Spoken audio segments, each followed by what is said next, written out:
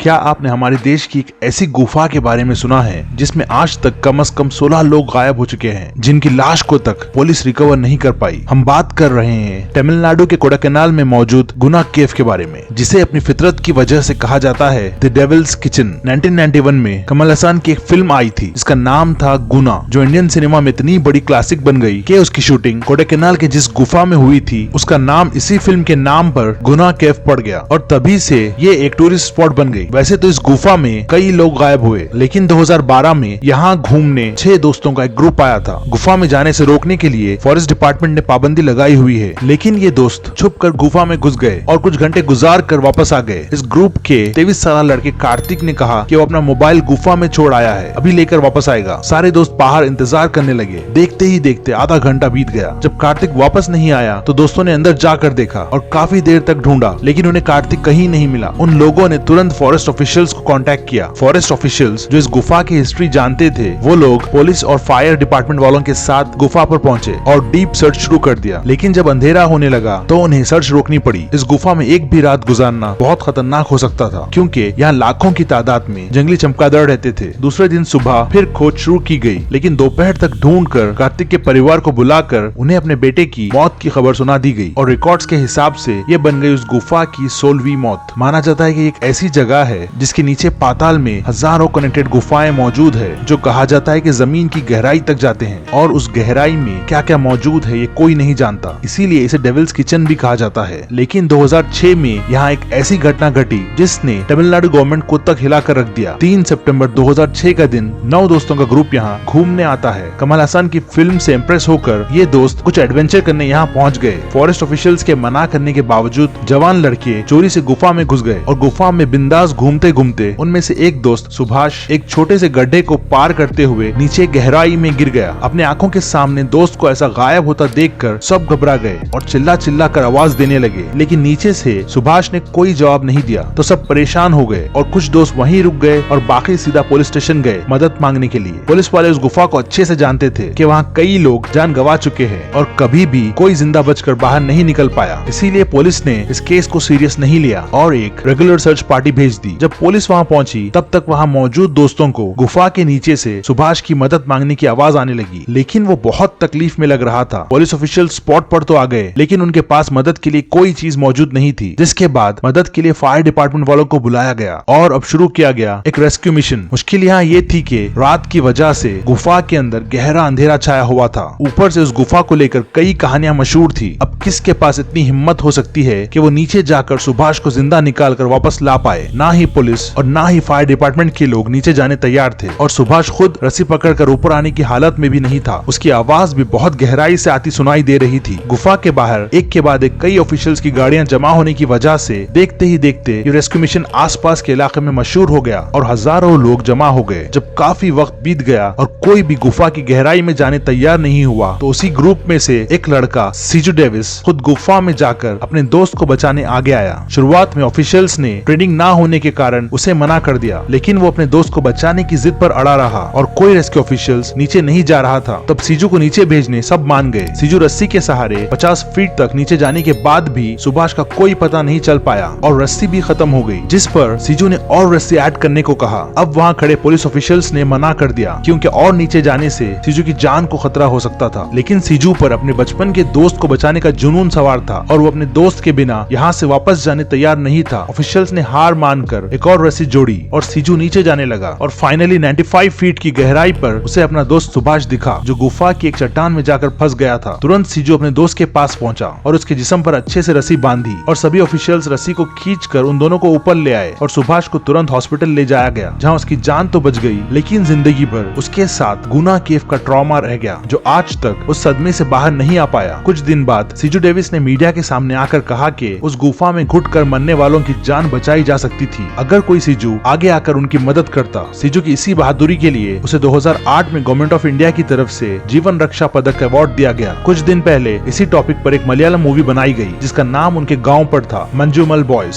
इस हादसे के बाद भी गुना केव का आतंक खत्म नहीं हुआ। वीडियो की शुरुआत में हमने 2012 में हुए कार्तिक का किस्सा भी सुना। उसके बाद 2017 में कई स्टूडेंट्स इस गुफा को एक्सप्लोर करते हुए रहस्यमय तरीके से गायब हो गए। इतना सब होने के बाद भी हर रोज कई लोग खुद इस गुफा की तरफ अपनी मौत की बाहों में खींचे चले आते हैं। साल 2016 में कुछ एक्सप्लोरर्स ने इस गुफा की गहराई में से एक गुप्त तहखाने को ढूंढ निकाला, जिसमें प्राचीन काल के कई ड्राइंग्स मौजूद थे जो इस जगह को और भी रहस्यमय बनाते हैं। आपको क्या लगता है, क्या कोई खतरनाक चीज इन गुफाओं में मौजूद हो सकती है? कमेंट्स में जरूर बताएं। अगर वीडियो पसंद आए तो इसे लाइक कर अपने दोस्तों के साथ जरूर शेयर करें और गुना केव जाने का प्लान बनाएं। इस चैनल को सब्सक्राइब करना मत भूलें। मिलते हैं अगली टॉपिक के साथ। Till then stay safe.